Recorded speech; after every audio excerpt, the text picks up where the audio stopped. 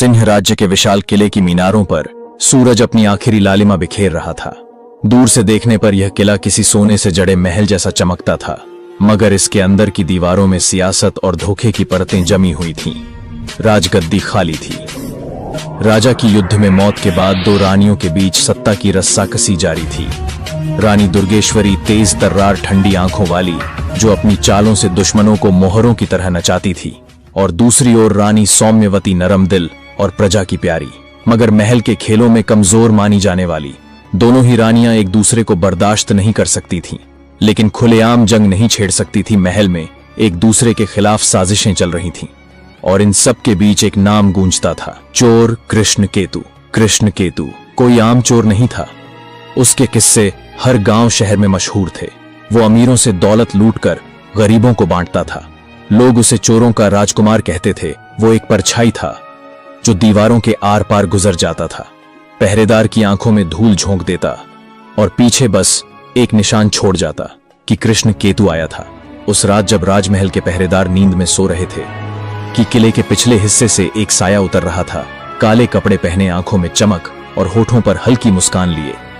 कृष्णकेतु दीवार पर चढ़ रहा था। उसके पास एक ही मकसद था, सिंहासन कक्ष से वो राज मुकुट चुराना जिसे राजा पहनता था।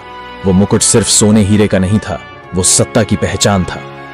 कृष्णकेतु ने महल की दीवारें ऐसे पार की जैसे वो यहां का ही रहवासी हो।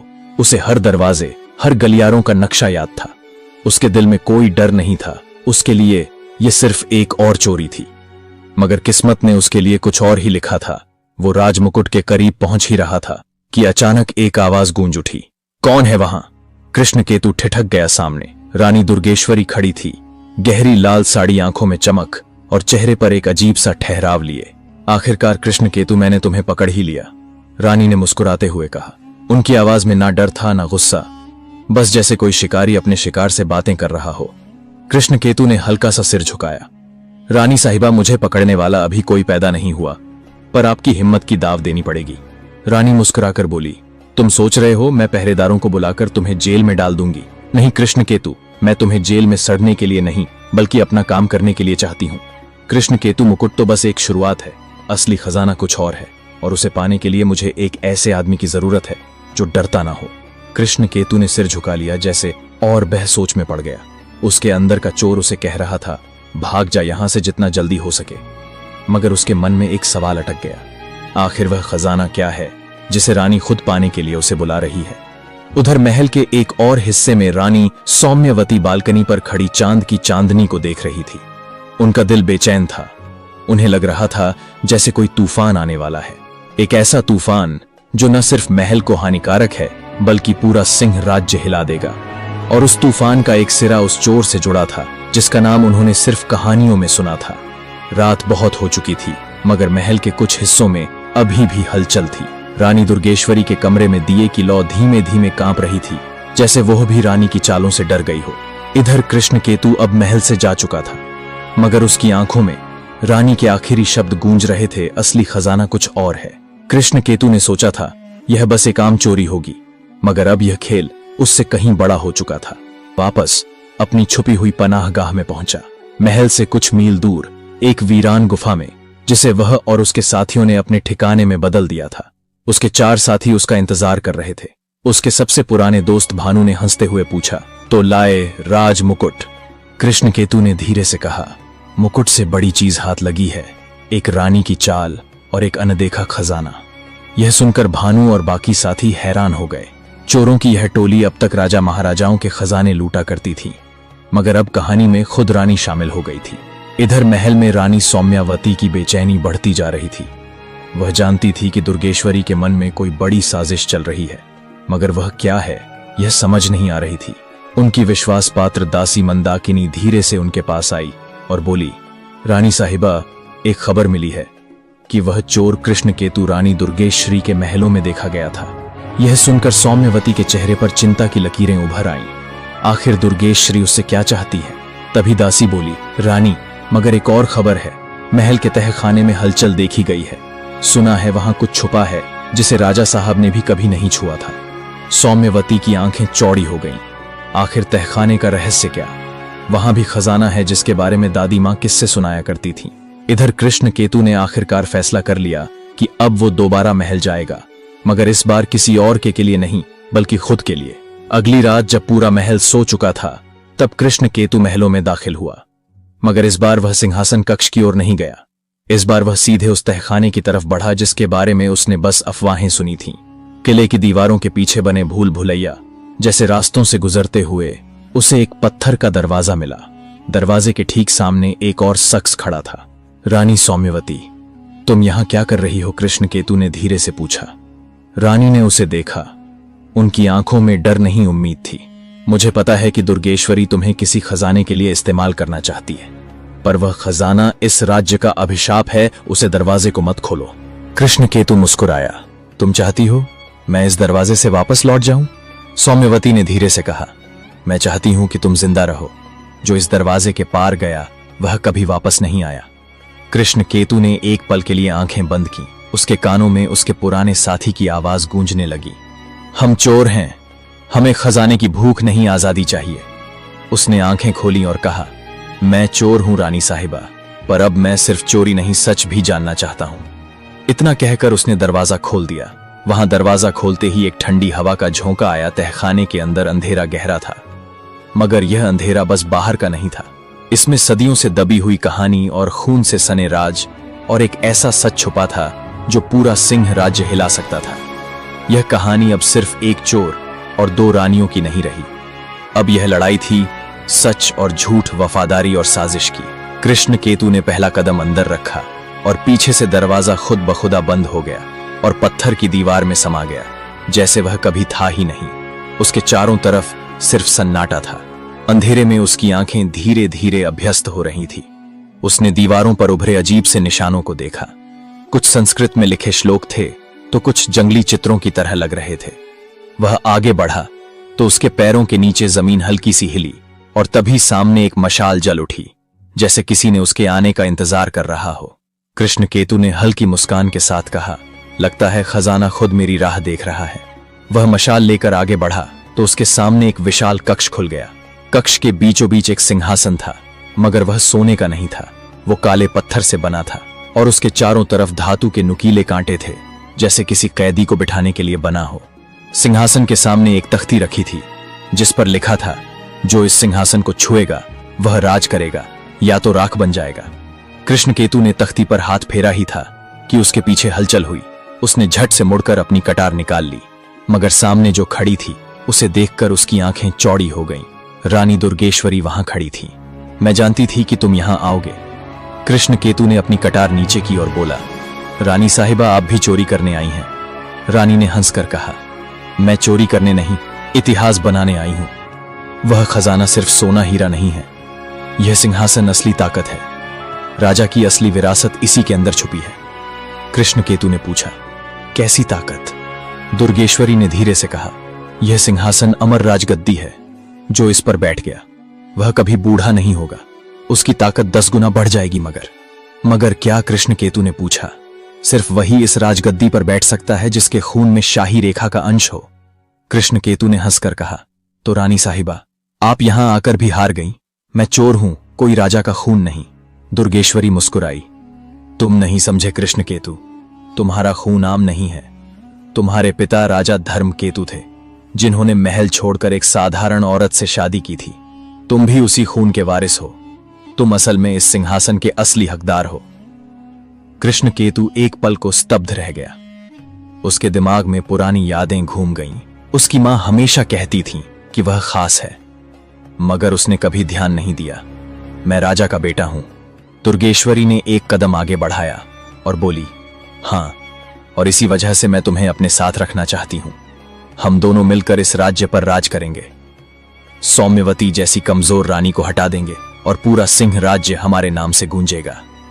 कृष्ण केतु ने कुछ नहीं कहा। उसके दिल में सवालों का तूफान उठ रहा था। वह अब तक खुद को एक आजाद चोर समझता था, जिसे किसी चीज से फर्क नहीं पड़ता, मगर अब उसे पता चला कि वह एक चोर नहीं बल्कि असली वारिस है। तभी पीछे से एक और आवाज आई। यह आवाज हल्की थी, मगर उसमें सच्चाई की ताकत थी। कृष्ण केतु रुक जाओ। रानी सौम्यवती वहां आ खड़ी थी। उनकी आंखों में आंसू थे, मगर आवाज में मजबूती। दुर्गेश्वरी तुम्हें इस्तेमाल कर रही है। यह सिंहासन कोई वरदान नहीं, श्राप है। इस पर जो बैठता है उसकी आत्मा धीरे धीरे इस काले पत्थर में कैद हो जाती है। यह गद्दी राज्य नहीं देती, गुलामी देती है। कृष्णकेतु दोनों रानियों के बीच खड़ा था। एक तरफ दुर्गेश्वरी जो ताकत और जीत का वादा कर रही थी, तो दूसरी तरफ सौम्यवती जो सच और आजादी का रास्ता दिखा रही थी। उसने दोनों को देखा और उसके दिल में एक अजीब सी हलचल हुई। वह चोर था, मगर अब उनके सामने चोर बनने का नहीं, बल्कि इस एक कहानी का हिस्सा बनने का मौका था। सिंहासन सामने चमक रहा था, जैसे उसे बुला रहा हो, लेकिन कृष्णकेतु ने एक गहरी सांस ली और अपनी कटार को नीचे फेंक दिया और बोला, मैं एक चोर हूं। मैं न राजा बनने आया हूं और ना गुलाम। मैं अपनी किस्मत खुद लिखूंगा। रानी दुर्गेश्वरी के चेहरे पर गुस्से की लकीरें उभर आईं और बोली, तुम ये मौका ठुकरा रहे हो। मैं तुम्हें अमर बना सकती हूं। कृष्णकेतु ने मुस्कुराकर कहा, अमर वह होता है जिसके नाम की कहानी सदियों तक सुनाई जाए, और मेरी कहानी एक चोर की रहेगी, राजा की नहीं। यह देखकर सौम्यवती की आंखों में खुशी के आंसू आ गए, मगर दुर्गेश्वरी भी अब चुप नहीं थी। उसकी आंखों में नफरत की आग जल उठी थी। कृष्णकेतु ने हल्के से सिर झुकाकर कहा, रानी साहिबा, मैं किसी के साथ नहीं, अपने रास्ते पर हूं। वह पीछे मुड़ा और अंधेरे में गायब हो गया। मगर अब वह सिर्फ एक चोर नहीं था, वो एक ऐसा नाम बन चुका था जिसकी कहानी आने वाली पीढ़ियां सुनाने वाली थी।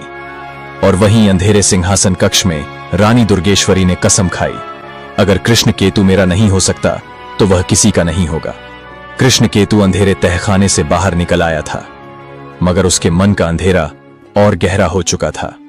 वह चोर था, मगर अब उसके खून में राजा की विरासत बह रही थी। वो सच्चाई, धोखा और दो रानियों की साजिशों के बीच फंस चुका था। रात के सन्नाटे में महल से दूर कृष्णकेतु अपनी छिपी हुई गुफा में वापस लौट आया। उसके साथी उसे देखकर चौंक गए। वो घायल था, उसकी आंखों में दर्द और उलझन थी जो उन्होंने पहले कभी नहीं देखी थी। भानु ने तुरंत आगे बढ़कर पूछा, क्या हुआ भाई, तू ठीक तो है? उसने धीरे से कहा, मैं तो ठीक हूं, पर अब यह राज्य नहीं बचेगा। उसने अपने साथियों को पूरा सच बता दिया। अमर सिंहासन, रानी दुर्गेश्वरी की चालें और रानी सौम्यवती की चेतावनी। उसके साथियों के चेहरे पर डर साफ नजर आ रहा था। भानु घबराकर बोला, दुर्गेश्वरी हमें जिंदा नहीं छोड़ेगी। कृष्णकेतु ने मुस्कुराते हुए कहा, डरने का वक्त नहीं है भानु। वह रानी अब बदले की आग में जल रही होगी, लेकिन हम उसके हर दाव से आगे रहेंगे। हम चोर हैं, हमारे पास ताकत नहीं पर अक्ल है। उसी रात महल के अंदर हलचल मच गई। रानी दुर्गेश्वरी सिंहासन कक्ष में खड़ी थी। उसकी आंखों में नफरत की लपटें जल रही थीं। वो चोर मुझे ठुकरा कर चला गया, अब वो मेरा दुश्मन है। उसके सामने उसका सेनापति विक्रम खड़ा था, जो दुर्गेश्वरी का सबसे भरोसेमंद योद्धा था। वह गुस्से से लाल होकर बोला, रानी साहिबा, बस हुक्म दीजिए। कृष्णकेतु चाहे जमीन में छुपे या आसमान में उड़ जाए, मैं उसकी लाश आपके कदमों में लाकर डालूंगा। दुर्गेश्वरी ने मुस्कान के साथ कहा, लाश नहीं, मैं उसे जिंदा चाहती हूं। मैं खुद उसकी आंखों में वह पछतावा देखना चाहती हूं जो उसने मेरे खिलाफ जाकर कमाया है। अगली सुबह पूरे राज्य में ऐलान कर दिया गया, कृष्णकेतु को जिंदा पकड़ने वाले को इनाम मिलेगा और जो उसे पनाह देगा उसे मौत। कृष्णकेतु अब सिर्फ एक चोर नहीं, राज्य का गद्दार घोषित कर दिया गया। उधर रानी सौम्यवती अपने महल के बगीचे में खड़ी थी। उनका मन अशांत था। दासी मंदाकिनी ने धीरे से आकर कहा, रानी साहिबा, कृष्णकेतु ने आपकी बात मानी, उसने सिंहासन नहीं लिया, अब क्या होगा? सौम्यवती ने उदास स्वर में कहा, अब उसकी जान खतरे में है। दुर्गेश्वरी उसे जिंदा नहीं छोड़ेगी, तो क्या हम उसे बचाएंगे? मंदाकिनी ने पूछा। सौम्यवती ने गहरी सांस ली और बोली, अगर हम उसे नहीं बचाएंगे तो यह राज्य अंधेरे के हवाले हो जाएगा। इधर कृष्णकेतु और उसके साथियों ने महल में घुसने की नई योजना बनाई। वह जानता था कि दुर्गेश्वरी का असली इरादा सिर्फ सिंहासन तक सीमित नहीं है, वह सिंहासन का अभिशाप भी जानती है और फिर भी उसे पाना चाहती है। भानु ने पूछा, भाई तू क्या करने जा रहा है? दुर्गेश्वरी से लड़ाई मतलब मौत को बुलावा देना है। कृष्णकेतु ने मुस्कुराकर कहा, अगर आज डर गए तो चोर नहीं मुर्दे कहलाएंगे। मैं दुर्गेश्वरी को रोकूंगा, चाहे उसकी कीमत मेरी जान ही क्यों ना हो। सभी ने रात होने का इंतजार किया और कृष्णकेतु ने काले कपड़े पहने और महल की ओर निकल पड़ा। उसके साथियों ने उसे रोकने की कोशिश की, मगर उसने सिर्फ एक बात कही, यह लड़ाई मेरी है। महल के पिछले रास्ते से दाखिल होते ही कृष्णकेतु ने देखा कि पूरा किला सैनिकों से भरा पड़ा था। अचानक उसकी नजर ऊपर बालकनी में गई, जहां रानी सौम्यवती खड़ी थी। उनकी आंखों में चिंता थी, मगर जब उन्होंने कृष्णकेतु को देखा तो हल्की सी मुस्कान उभर आई। कृष्णकेतु ने धीरे से सिर झुकाकर उन्हें इशारा किया, मैं ठीक हूं, और वह आगे बढ़ा। मगर तभी एक आवाज गूंजी, वह रहा, चोर पकड़ो उसे। सैनिकों ने उसे चारों तरफ से घेर लिया। कृष्णकेतु ने आंखें घुमाई और मुस्कुराते हुए कहा, आ जाओ भाइयों, खेल शुरू करते हैं। उसने कटार बाहर निकली और वह हवा की तरह सैनिकों के बीच नाचने लगा। उसकी चाल इतनी तेज थी कि सैनिक एक दूसरे पर गिर रहे थे। मगर तभी पीछे से एक तीर आया, सीधा उसके कंधे में लगा। कृष्णकेतु लड़खड़ा गया। बालकनी से रानी सौम्यवती चीख पड़ी, कृष्णकेतु! उसके सामने रानी दुर्गेश्वरी खड़ी थी, तीर कमान हाथ में पकड़े मुस्कुराती हुई। कृष्णकेतु घुटनों के बल गिर गया। उसके होठों से खून टपक रहा था, मगर उसने मुस्कुराकर कहा, रानी साहिबा, अभी खेल खत्म नहीं हुआ। दुर्गेश्वरी की आंखों में गुस्सा था। कृष्णकेतु, अब तुम मेरी जीत का रास्ता हो, मेरी दीवार नहीं। कृष्णकेतु ने मुश्किल से सांस लेते हुए कहा, तुमने एक बात सही कही थी। मैं राजा का बेटा हूं, लेकिन मैं तुम्हारे जैसा राजा नहीं बनूंगा। कृष्णकेतु के कंधे से खून बह रहा था, मगर उसके होठों पर वही मुस्कान थी जो हमेशा मुसीबतों का मजाक उड़ाती थी। किसी तरह वो एक छाम में छिप गया और सैनिकों के गुजरने का इंतजार करने लगा, और अपने मन में सोचा, अगर आज पकड़ा गया तो दुर्गेश्वरी जिंदा नहीं छोड़ेगी। तभी एक आवाज आई, तुम्हें यहां नहीं होना चाहिए था कृष्णकेतु। कृष्णकेतु ने तुरंत कटार खींची ली, मगर जैसे ही उसने मुड़कर देखा, उसकी आंखों में हल्की चमक आ गई। रानी सौम्यवती उसके सामने खड़ी थी। उनके चेहरे पर चिंता और आंखों में नमी थी। तुम्हें भाग जाना चाहिए कृष्णकेतु। दुर्गेश्वरी ने पूरे महल को तुम्हारे खून से रंगने का हुक्म दिया है। कृष्णकेतु ने मुस्कुराते हुए कहा, भाग जाऊं जब खेल का सबसे दिलचस्प हिस्सा आ रहा है। रानी ने एक कदम आगे बढ़ाया और बोली, तुम्हारी बहादुरी पर सवाल नहीं है, लेकिन अगर तुम मारे गए तो यह राज्य दुर्गेश्वरी की मुट्ठी में चला जाएगा। तुम्हें जिंदा रहना होगा। कृष्णकेतु की मुस्कान थोड़ी फीकी हो गई। उसने आंखें नीची की और धीरे से कहा, मैं चोर हूं रानी साहिबा, मैं लड़ाई के लिए नहीं आया था। सौम्यवती ने उसकी आंखों में देखा, तुम चोर नहीं हो कृष्णकेतु, तुम वो हो जो दुर्गेश्वरी से लड़ सकते हो। तुमने सिंहासन ठुकराया, लेकिन तुमसे बेहतर कोई राजा हो ही नहीं सकता। कृष्णकेतु ने हल्के से सिर झुकाया। राजा बनने के लिए राजमहल की साजिशों में रहना पड़ता है रानी साहिबा, और मैं उन साजिशों में नहीं जी सकता। सौम्यवती ने उसकी कटार पकड़ी। तुम्हें नहीं लड़ना पड़ेगा, बस एक आखिरी काम करना होगा। कृष्णकेतु ने चौंक कर पूछा, कैसा काम? सौम्यवती ने धीरे से कहा, दुर्गेश्वरी को रोकने का सिर्फ एक तरीका है, उसे वह सिंहासन तक पहुंचने ही ना दो। कृष्णकेतु ने एक लंबी सांस ली और बोला, यह आसान काम तो नहीं लग रहा। सौम्यवती ने हल्के से मुस्कुराकर कहा, आसान कामों के लिए तुम्हें याद थोड़ी किया जाता है। कृष्णकेतु की आंखों में फिर से वही चमक लौट आई। उसने सिर हिलाया और कहा, अगर यह आखिरी खेल है तो चोर अपना दांव जरूर लगाएगा। इधर रानी दुर्गेश्वरी सिंहासन कक्ष में खड़ी थी। उसके सामने सेनापति विक्रम घुटनों के बल झुका था। रानी साहिबा, कृष्णकेतु अब तक जिंदा है, वह महल के अंदर ही छुपा हुआ है। दुर्गेश्वरी ने धीमी आवाज में कहा, जिंदा है इसलिए मैं जिंदा हूं, जब तक वह मरेगा नहीं मेरी जीत अधूरी है। विक्रम ने सिर झुकाकर कहा, हम उसे जल्द ही ढूंढ लेंगे। दुर्गेश्वरी ने धीमे से कहा, कृष्णकेतु ने मेरा भरोसा तोड़ा है, अब उसकी मौत भी आसान नहीं होनी चाहिए। मैं चाहती हूं कि वह मेरे पैरों में गिड़गिड़ाए और फिर मैं खुद उसकी गर्दन काटूं। विक्रम ने सिर झुकाकर कहा, जैसी आपकी आज्ञा। जैसे ही विक्रम बाहर निकला, दुर्गेश्वरी की आंखों में गुस्से की आग और गहरी हो गई। अगली रात कृष्णकेतु एक बार फिर महल के तहखाने में दाखिल हुआ। इस बार वह अकेला नहीं था, रानी सौम्यवती और उसका सबसे भरोसेमंद साथी भानु भी साथ था। वे तीनों धीरे धीरे तहखाने के गहरे हिस्से में पहुंचे, जहां काले पत्थर का वह श्रापित सिंहासन रखा था। वह जगह रानी सौम्यवती ने धीमे से कहा। कृष्ण केतु ने सिंहासन की तरफ देखा। वह अब पहले से ज्यादा डरावना लग रहा था, जैसे वह उन्हें बुला रहा हो। भानु ने धीरे से कहा, अब आगे क्या भाई? कृष्ण केतु ने कटार निकाली और सिंहासन के सामने खड़ा हो गया। अब हम इस सिंहासन को यहां से गायब कर देंगे। अगर दुर्गेश्वरी तक यह नहीं पहुंचा तो उसकी जीत अधूरी रह जाएगी, सौम्यवती ने धीरे से कहा। तुम्हें यकीन है यह काम करेगा? कृष्ण केतु ने मुस्कुराकर कहा। यकीन नहीं है, लेकिन कोशिश जरूर करूंगा। जैसे ही वह आगे बढ़ा तभी पीछे से ठहाके की आवाज आई। वाह कृष्ण केतु, इतनी बड़ी योजना बना डाली और हमें खबर तक ना होने दी। दुर्गेश्वरी वहां खड़ी थी, साथ में विक्रम और 2 दर्जन सैनिक भी साथ थे। कृष्ण केतु ने कहा, रानी साहिबा, आप तो हमेशा गलत वक्त पर सही जगह आ जाती हैं। दुर्गेश्वरी ने कटार खींच ली। तुम्हारी यह कहानी अब खत्म होने वाली है। कृष्ण केतु ने अपनी कटार कसकर पकड़ी। कहानी तब खत्म नहीं होती है जब तक चोर की आखिरी चाल नाकाम ना हो जाए। दुर्गेश्वरी ने गुस्से से कहा, तुम्हारी कोई चाल बच नहीं सकती। कृष्ण केतु ने हल्की हंसी के साथ कहा, रानी साहिबा, चोर की एक आखिरी चाल हमेशा बची रहती है। वह आगे बढ़ा और एक ही वार में विक्रम की तलवार नीचे गिरा दी।